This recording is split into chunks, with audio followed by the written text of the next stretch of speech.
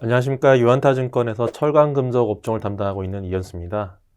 금일은 동국제강이라는 종목에 대해서 2022년 1분기 실적 및 시황에 대해서 말씀을 드리도록 하겠습니다. 자세한 내용은 자료와 함께 말씀드리겠습니다.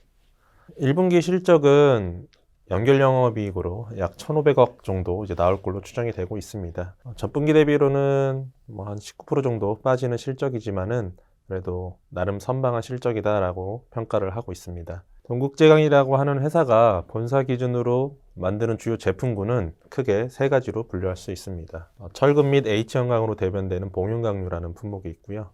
그 다음에 냉연유에는 이제 도금강판, 칼라강판 등이 들어가 있습니다. 마지막으로 후판이 있습니다. 각 품목에 대해서 간단하게 좀 1분기 때 어떤 모습을 보일지 짚어보도록 하겠습니다. 철근 및 H형광 판매 단가는 전분기 대비해서는 상승할 걸로 보입니다. 근데 이제 철 스크랩, 고철이죠. 이제 고철의 투입 원가가 같이 상승을 하면서 스프레드 자체는 전분기와 유사한 수준을 유지할 것으로 보입니다.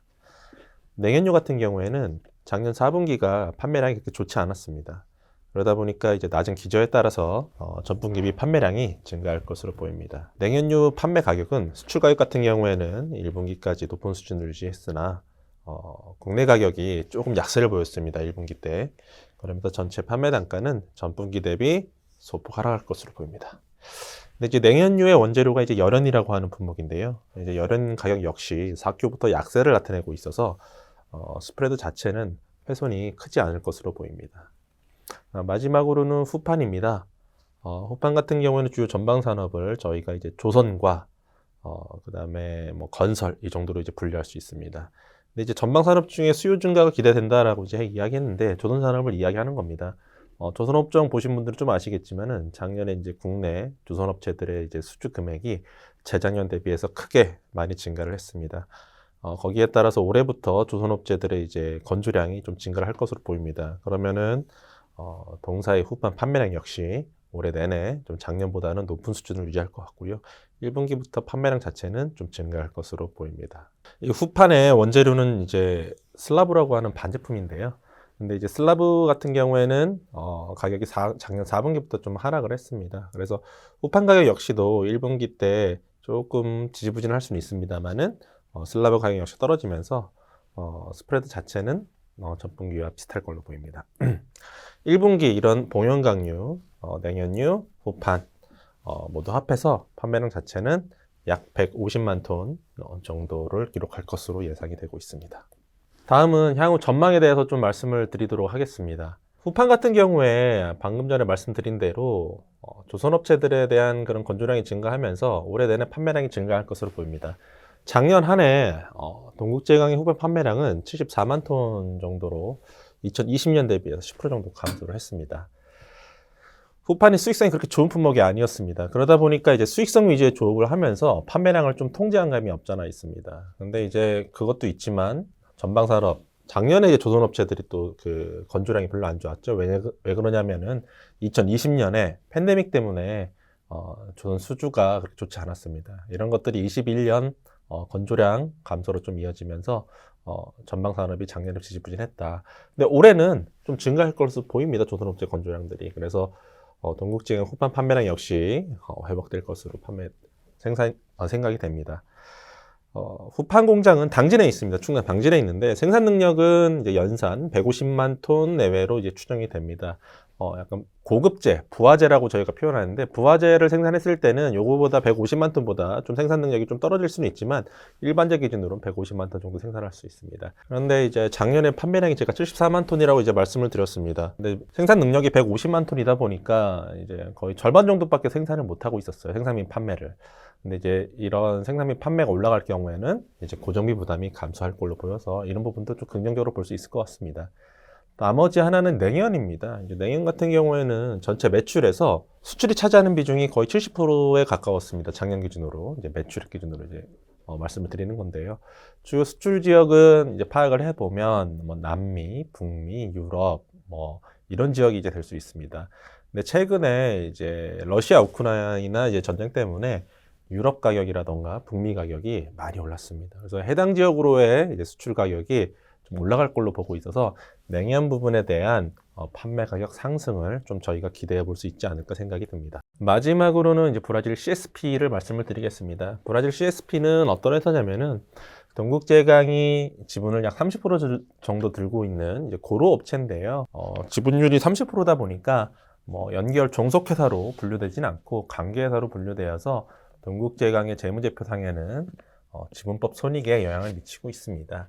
이 회사는 이제 슬라브라고 하는 판재료 반제품을 이제 생산 및 판매를 하는데 원재료는 똑같이 고로업체이기 때문에 철강석과 석탄입니다.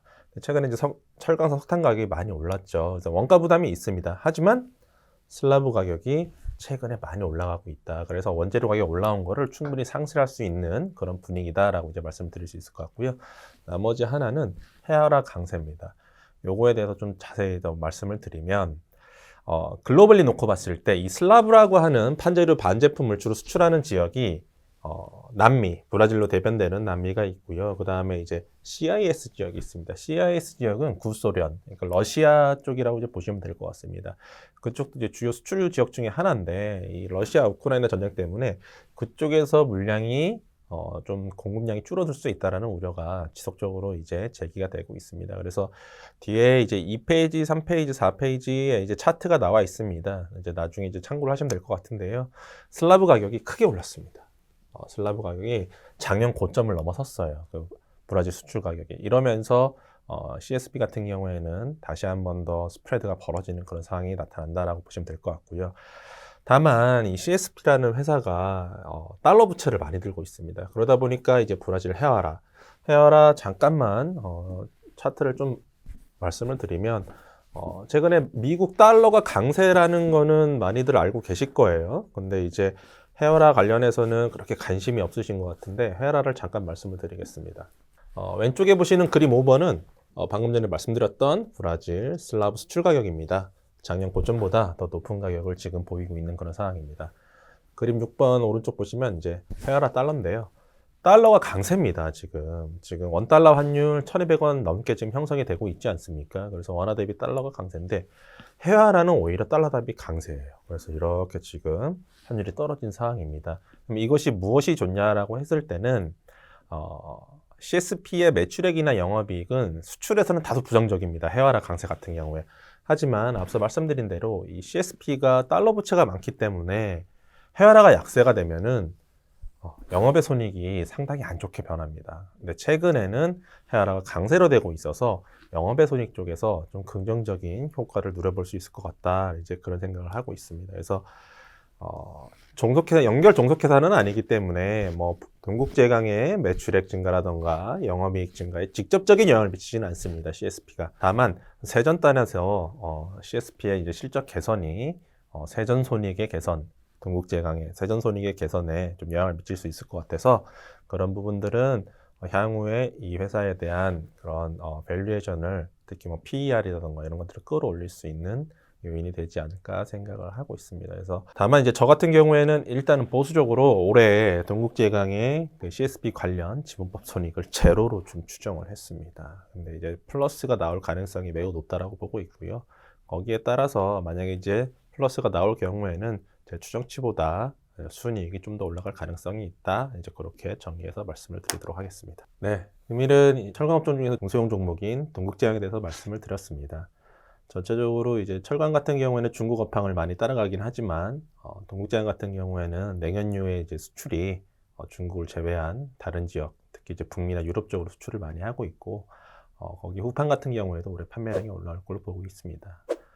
그래서 중성주 중에서는 지금 한 번쯤 봐도 괜찮지 않을까 이제 그런 생각을 말씀드리고 있습니다. 이상입니다.